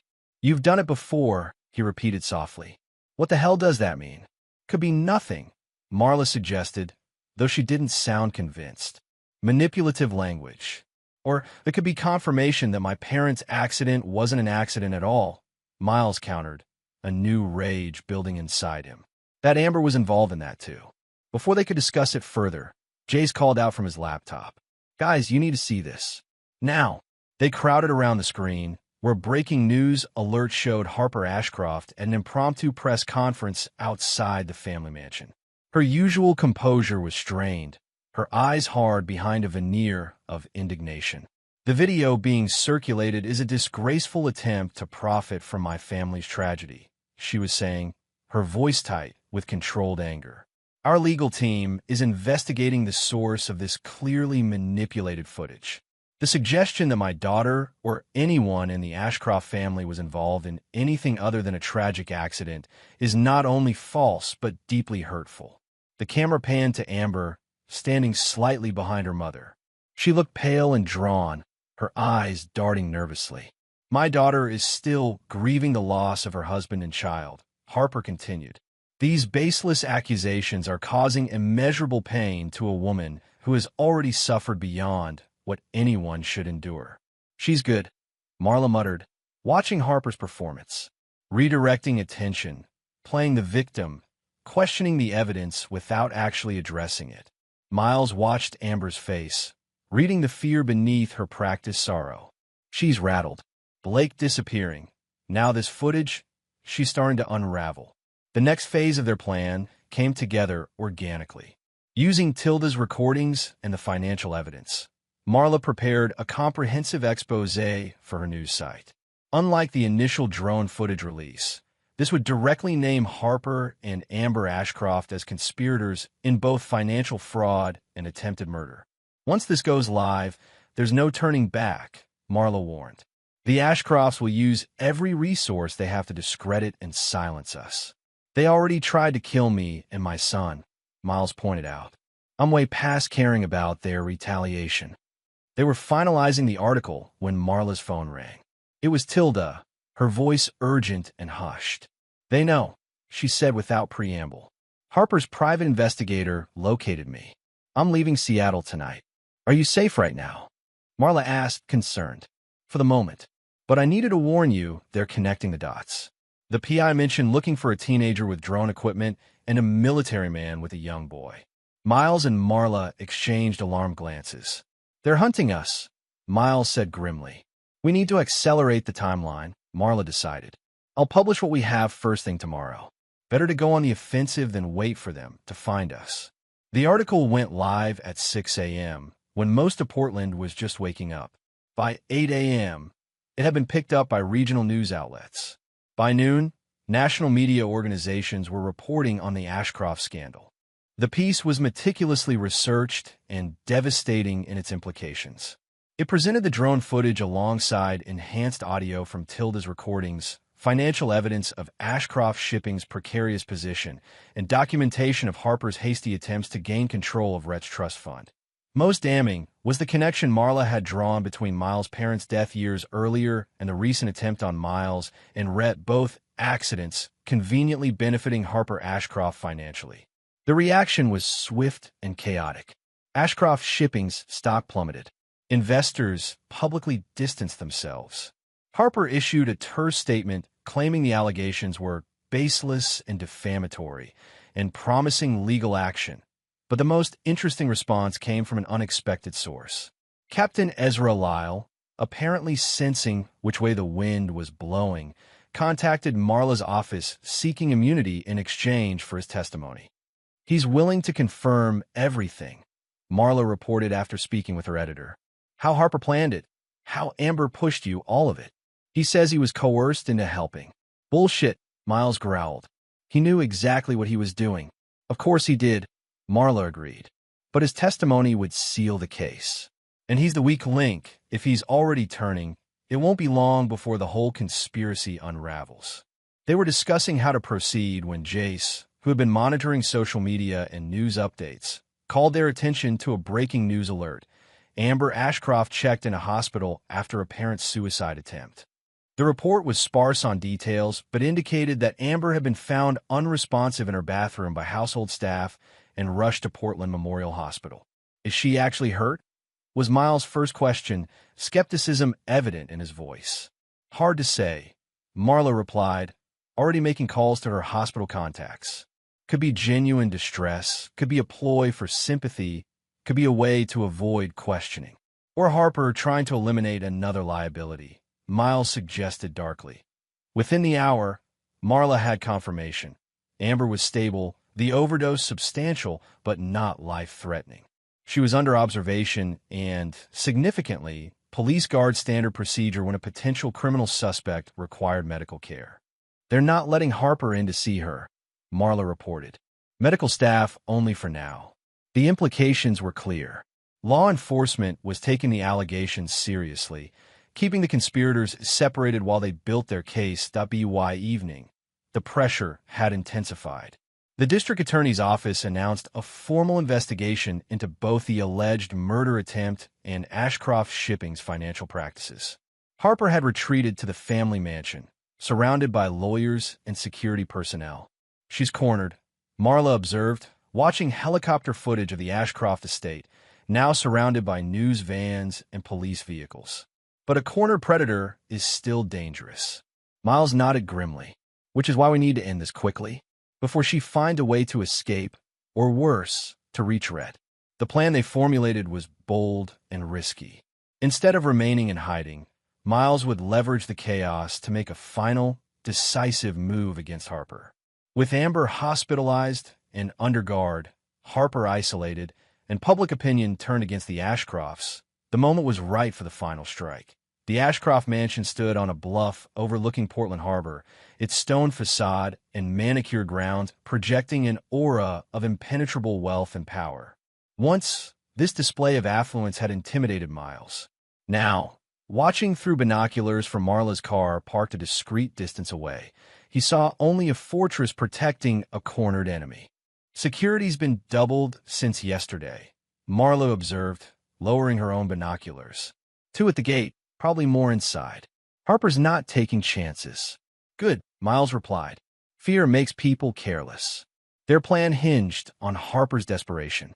With Amber in the hospital under police guard, Captain Lal negotiating with prosecutors, and public opinion turned firmly against her, Harper's options were dwindling. According to Marla's sources, the authorities were preparing arrest warrants but proceeding cautiously, aware of Harper's connections in high places. Miles wasn't willing to wait. After nearly losing everything, he needed closure, not just justice through legal channels, but the satisfaction of confronting Harper directly, forcing her to face what she had done. Their strategy was elegant in its simplicity. Using Marla's connections in financial journalism, they had created a fictional potential investor, a reclusive European shipping magnate, looking to acquire distressed American assets. With Ashcroft Shipping's stock in free fall, the prospect of a bailout investor was exactly the lifeline Harper would be desperate to grab. The bait had been laid the previous evening through intermediaries. The mysterious investor, skeptical about the negative press but still interested in Ashcroft's potential, had requested a private meeting away from offices and board members, somewhere the delicate negotiations could occur without scrutiny. Harper had suggested her yacht. The investor had countered with his own vessel, to be crewed by his personal staff. After some negotiation, Harper had agreed, seeing the meeting as possibly her last chance to save the company she had built. What she didn't know was that the luxurious charter yacht waiting at Portland Harbor belonged to one of Marla's wealthier sources, temporarily borrowed for this operation. And its crew consisted of Marla, Jace, monitoring communications from a hidden location, and Miles himself, disguised as the investor's personal security. Miles checked his appearance one last time in the car's mirror. With his shaved head, beard, tinted glasses, and tailored suit, he bore little resemblance to the dockyard mechanic Harper knew. The transformation was completed by a shoulder holster containing a non-functional prop gun, intimidating in appearance, but legally harmless. "Remember, this is about evidence and confession, not revenge," Marla cautioned as they prepared to leave. "We need her words on record, clear and undeniable." "I know," Miles assured her, though part of him wanted much more than just Harper's confession. The rage he had carried since that day in Blackfish Cove hadn't diminished. It had crystallized into something harder and colder. They drove separately to the harbor, Miles arriving first to oversee final preparations. The yacht, the Aurora, was smaller than the Poseidon's Grace, but no less impressive, its sleek lines and polished surfaces projecting exactly the right image of success and discretion. At precisely 2 p.m., a black SUV with tinted windows pulled up to the dock. Harper emerged from the back seat, impeccably dressed in a navy suit that probably cost more than Miles made in 3 months. Behind her came 2 men in dark suit security, as Miles had predicted. "Game time," Marla murmured, straightening her jacket and moving to the gangplank to greet their guest. Miles remained partly concealed in the yacht salon, watching through the window as Marla welcomed Harper with practiced deference. He could see the strain beneath Harper's composed exterior, the tightness around her mouth, the slight tremor in her hand as she gestured for her security to remain at a distance. "Mr. Reinhardt is waiting in the main salon," Marla was explaining as she led Harper aboard. "He appreciates your discretion in this matter." "Discretion is always valuable in business," Harper replied smoothly, "particularly when dealing with temporary complications." Miles moved into position, standing at attention beside an impressive leather chair that faced away from the entrance. The chair concealed Mr. Reinhardt, in reality, a collection of pillows arranged to suggest a seated figure. Harper entered the salon, her eyes quickly scanning the luxurious space before settling on the back of the large chair. "Mr. Reinhardt, I appreciate your interest in Ashcroft shipping during this challenging period." Miles kept his face impassive, eyes hidden behind the tinted glasses, as Marla closed the salon door and moved to stand beside him. "Mr. Reinhardt prefers to listen first," Marla explained. "Perhaps you could outline the current situation with your company and how you see our potential partnership developing." Harper took a seat on the sofa across from the chair, placing her handbag beside her. "Certainly, Ashcroft Shipping is experiencing what I would characterize as a temporary public relations challenge. Baseless allegations have affected our stock price, but the fundamentals of the business remain strong." "The murder allegations, you mean?" Marla prompted, her tone professionally curious rather than accusatory. Harper's expression tightened momentarily. "A tragic misunderstanding, fueled by opportunists and sensationalist media. My son-in-law and grandson's accident was exactly that, an accident. The idea that my daughter or I would harm family is absurd. And yet," Marla continued, "your daughter is currently under medical and police supervision, and your captain appears to be cooperating with authorities. Amber is emotionally fragile, overwhelmed by grief and these horrible accusations," Harper replied, her voice hardening slightly. "As for Captain Lyle, I cannot speak to his motivations, but I assure you his statements will be proven false." "Mr. Reinhardt is particularly interested in your expansion plans," Marla said, changing tack. "The harbor property, I believe." Harper seemed to relax slightly at the business-focused question. "Yes, we have been pursuing a strategic expansion of our Portland terminal. We recently secured key waterfront properties that will allow us to double our capacity. Properties formerly belonging to Merrick Marine Service," Marla noted. "Convenient timing with the Merrick family's tragic accidents." Harper's composure slipped just for a moment. "I fail to see the relevance of these details to our potential partnership." "Mr. Reinhardt is very thorough," Marla explained. "He likes to understand all aspects of a business before committing his resources." "Then perhaps Mr. Reinhardt should speak for himself," Harper suggested, her patience visibly wearing thin. "I came here to discuss a substantial investment, not to defend myself against vague insinuations." Miles exchanged a glance with Marla. "It was time." "You're right," Miles said, stepping forward and removing his glasses. "We should speak directly." Harper's reaction was everything he had hoped for: shock, fear, and disbelief washing across her face in rapid succession. "You," she gasped, half rising from the sofa. "This is impossible." "Not impossible," Miles corrected calmly. "Just inconvenient for your plans." Harper's hand dove into her handbag, but Miles was faster. He crossed the space between them in 2 strides, gripping her wrist before she could withdraw whatever she was reaching for. With his other hand, he took the bag and passed it to Marla, who quickly found what Harper had been seeking: a small, pearl-handled pistol. "Really, Harper?" Miles said, his voice dangerously quiet. "Another attempt?" "In broad daylight." "Self-defense," Harper spat, trying to pull away from his grip. "You're supposed to be dead." "Sorry to disappoint," Miles replied, releasing her wrist and stepping back. "Though not as sorry as you're going to be. What do you want? Money? Is that what this elaborate charade is about?" Harper demanded, recovering some of her composure. "I want justice," Miles replied simply. "For myself, for my son, And for my parents. Your parents. Harper's laugh was brittle. What fantasy have you constructed now? Not a fantasy, Miles countered, nodding to Marla, who set a laptop on the table between them. Let's review the evidence, shall we? For the next 20 minutes, they laid out their case methodically: the drone footage, Tilda's recordings, the financial trail linking Harper to fraud and embezzlement, and finally, the suspicious circumstances surrounding the deaths of Miles' parents years earlier. Circumstantial, Harper dismissed, though her confidence was clearly shaken. Nothing that would hold up in court. Perhaps not alone, Miles agreed. But combined with Captain Lyle's testimony and Tilda's, and now your own words, which are being recorded as we speak. Harper's eyes widened, scanning the room for cameras. You're bluffing. Am I? Miles challenged. You took everything from me, Harper. My wife, my home, nearly my son. Did you really think I wouldn't be thorough in taking you down? You have no idea who you're dealing with, Harper hissed, her composure cracking. I built Ashcroft Shipping from nothing. I've destroyed people far more powerful than you. Like Miles' parents? Marla suggested innocently. Another accident that conveniently gave you access to property you needed? Prove it, Harper snapped, but her voice lacked conviction. We don't have to, Miles replied. The authorities already are. This meeting isn't about gathering evidence. It's about giving you a chance to understand exactly how completely you've lost.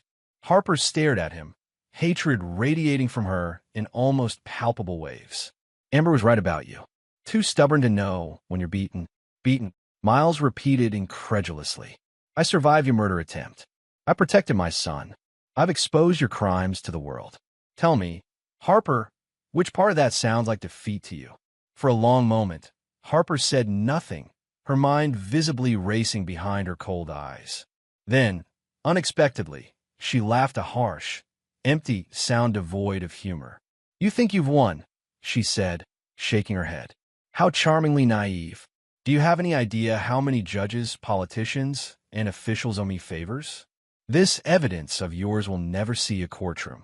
It already has, Marla informed her, turning her phone to show Harper a news alert. Judge orders Ashcroft assets frozen pending criminal investigation. The color drained from Harper's face. That's not possible. Judge Hendricks wouldn't. Hendricks recused himself. Marla explained with evident satisfaction. Cited conflict of interest. The case went to Judge Rivera, not a member of your country club, I believe. Miles watched as the reality of her situation finally penetrated Harper's armor of arrogance. This wasn't just about him and Red anymore. The empire Harper had built, the power she had wielded so ruthlessly, was crumbling around her. Amber, Harper said suddenly, she'll never testify against me. She's my daughter, the daughter you were ready to sacrifice when she became a liability. Miles asked, I wouldn't count on her loyalty, especially now that Blake Hollis has resurfaced in Brazil, telling some very interesting stories about plans he made with Amber, plans that didn't include you. Took it. Satisfied? Harper's expression hardened into something ugly and desperate. What do you want from me? A confession? Fine. I wanted you gone. You were holding Amber back, controlling that trust fund that rightfully belongs to the Ashcroft family. When the opportunity came to eliminate you both, I took it. Satisfied? Both. Miles repeated, his voice deadly quiet. You admit you intended to kill Rhett to your own grandson? Harper's eyes were cold as winter. Collateral damage. The trust fund passes to next of kin.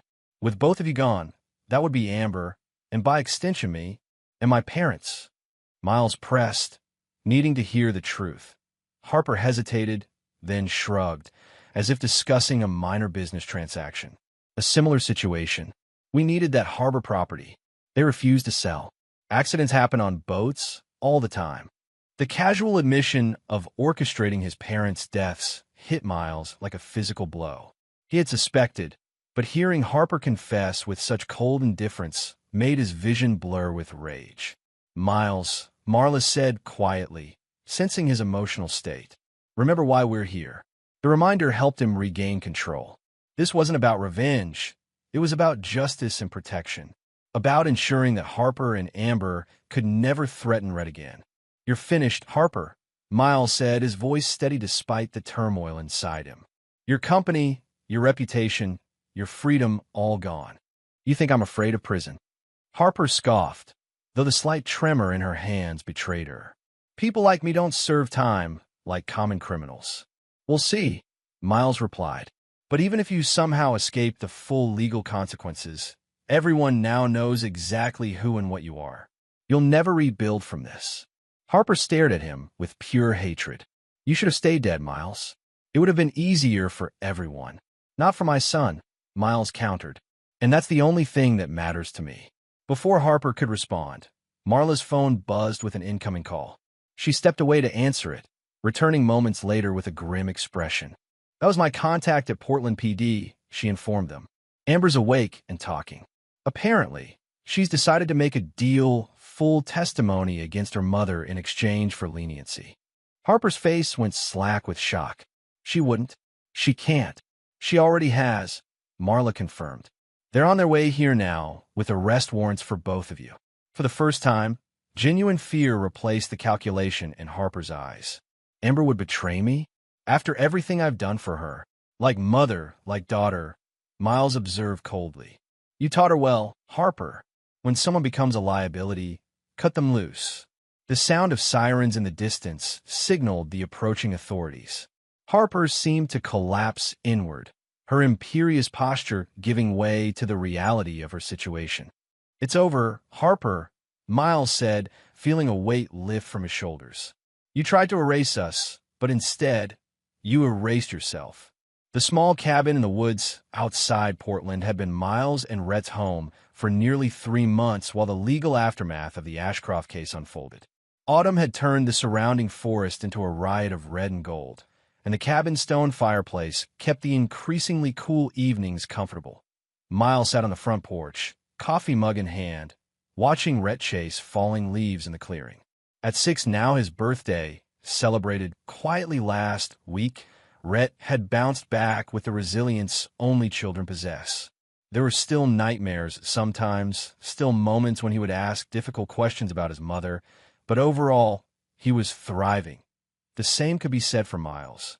The initial media frenzy around the Ashcroft conspiracy had gradually subsided, though the case remained in the public eye as it moved through the courts. Miles had given his testimony, answered the necessary questions, and then retreated with Rhett to this peaceful sanctuary Marla had arranged. Today marked a significant milestone. The district attorney had called that morning to inform Miles that both Harper and Amber had accepted plea deals rather than risk trial. Harper would serve 15 years for conspiracy to commit murder, attempted murder, fraud, and a host of financial crimes. At her age, it was effectively a life sentence. Amber, having cooperated extensively with prosecutors, received a reduced sentence of 8 years, with eligibility for parole after 5. She had also voluntarily terminated her parental rights to Rhett, sparing everyone the pain of a custody battle. Captain Lyle, in exchange for his testimony, had received a lesser sentence of 5 years. Tilda had been granted immunity and was starting a new life with her brother in Seattle, supported by a foundation Marla had helped establish for whistleblowers. The only loose end was Blake Hollis, still somewhere in South America, beyond the reach of American authorities. Miles couldn't bring himself to care about the man's fate. Blake had lost his professional credentials, his reputation, and any hope of accessing the Ashcroft wealth he had coveted. Justice enough, in Miles' view, the sound of a vehicle approaching pulled Miles from his thoughts. Moments later, Marla's familiar SUV appeared on the narrow dirt road leading to the cabin. Behind it came his second car, Jace, and his Aunt Karen, who had become regular visitors. Reinforcements have arrived, Miles called to Rhett, who abandoned his leaf chase to race toward the vehicles. "Jace!" the boy shouted excitedly. "Did you bring a new drone?" Jace emerged from Karen's car, grinning as he lifted a large case. "Sure did, buddy. Ready to test it out." While Jace and Rhett headed for the clearing behind the cabin, Marla joined Miles on the porch, accepting the coffee he offered. "So it's official," she noted. "Both Ashcrofts behind bars. Hard to believe it's really over," Miles admitted. "Part of me is still waiting for Harper to somehow undo it all." "Not this time," Marla assured him. The evidence was too overwhelming, the public sentiment too strong against them. Even Harper Ashcroft's connections couldn't save her from this. Miles nodded, taking a sip of his coffee. What happens to Ashcroft Shipping now? Being restructured under new management, Marla replied. Most of the board members resigned to distance themselves from the scandal. The company will survive, but the Ashcroft name is being removed from everything. Good, Miles said simply. They sat in comfortable silence for a few minutes, watching Jace demonstrate the drone controls to an enthralled Rhett. I've been meaning to tell you, Marla said eventually. The trust fund has been fully secured. Judge Rivera appointed an independent fiduciary to manage it until Rhett comes of age, with you maintaining oversight. And the Merrick Marine property reverted to your control as sole surviving partner. Marla smiled. It's worth considerably more now than when your parents owned it. Several developers have already expressed interest in purchasing or leasing it. Miles had been considering his options regarding the property. He could sell it for a substantial sum, ensuring Rhett's future beyond even the trust fund. Or he could reactivate the business, perhaps expanding it into something that honored his parents' legacy while creating a future for himself and his son. I haven't decided what to do with it yet, he admitted. Part of me wants nothing to do with anything connected to the Ashcrofts. But it was my parents' business, their dream. You have time, Marla pointed out. No rush to decide. Miles nodded, grateful for her understanding. The past months had taught him the value of patience, of allowing solutions to emerge organically rather than forcing decisions. Karen joined them, carrying a picnic basket. I brought lunch, she announced. And those cookies Rhett likes. You're going to spoil him, Miles protested, though his smile belied any genuine concern. Karen shrugged. That's what honorary aunts are for. Besides, Jace adores that kid. I've never seen him connect with anyone the way he has with Rhett. It was true. The unlikely friendship between the teenager and the young boy had flourished, with Jace naturally falling into the role of protective older brother. After the initial danger had passed, Miles had worried that Jace would drift back to his own life, but instead, he had become a fixture in their small, makeshift family. What's the plan for today? Karen asked, setting out sandwiches on the small porch table. Nothing special, Miles replied. Maybe a hike later if the weather holds. We're keeping it simple these days. Simple is good, Karen approved. After what you've been through, simple is exactly what you both need. The sound of Rhett's laughter carried across the clearing as Jace demonstrated some aerial maneuver with the drone. The boy's unguarded joy was the most healing thing Miles had experienced in months. After lunch, the five of them set out on a trail that wound through the woods to a small lake. Rhett ran ahead with Jace, both of them carrying fishing rods that Miles doubted would see much actual use. Have you thought about what's next? Marla asked as they walked. Once the dust settles completely, I've been offered a job at a marine engineering firm in Newport, Miles told her. Good salary, flexible hours, work I'm qualified for. There's a small house for sale not far from the beach, with good schools nearby. Sounds perfect, Marla observed. Stable, secure, away from Portland and all the memories. Miles nodded. That's the plan. Start fresh somewhere Rhett can just be a normal kid, not the Ashcroft grandson or the boy whose mother tried to kill him. And you? Karen asked perceptively. What do you need, Miles? The question gave him pause. For so long, his needs had been secondary to survival, to justice, to Rhett's well-being. Peace, he said finally. Just peace. At the lake, they spent the afternoon skipping stones and watching Jace attempt to teach Rhett the basics of fishing. The simplicity of the day, the absence of urgency or fear, felt like the most precious luxury Miles could imagine as twilight approached. They made their way back to the cabin. Rhett, tired from the day's adventures, fell asleep during the short drive, his head resting against the window. Miles carried his sleeping son into the cabin and tucked him into bed, taking a moment to simply watch the steady rise and fall of his chest. The trust and innocence of childhood, so nearly destroyed by greed and malice, preserved against all odds. Outside, Marla and Karen were preparing to leave, Jace already loading the drone case into the car. Thanks for today, Miles said, embracing each of them. For everything, really. What's the plan for tomorrow? Jace asked. Miles smiled, feeling a sense of peace he hadn't experienced in years. Nothing specific, just living, one day at a time. After they departed, Miles returned to the porch, watching as stars began to appear in the darkening sky. The quiet was profound, broken only by the gentle sounds of the forest, the rustle of leaves, the occasional hoot of an owl.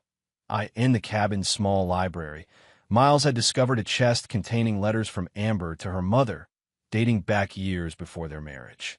He'd read them all, seeking understanding or perhaps closure. What he'd found instead was a chronicle of manipulation and emotional dependency, Harper methodically shaping her daughter into an extension of herself. The letters had filled in gaps, explained behaviors that had confused him during their marriage, but they hadn't provided what he truly sought a reason to forgive, or at least to understand how the woman he had loved could participate in planning his death and their sons.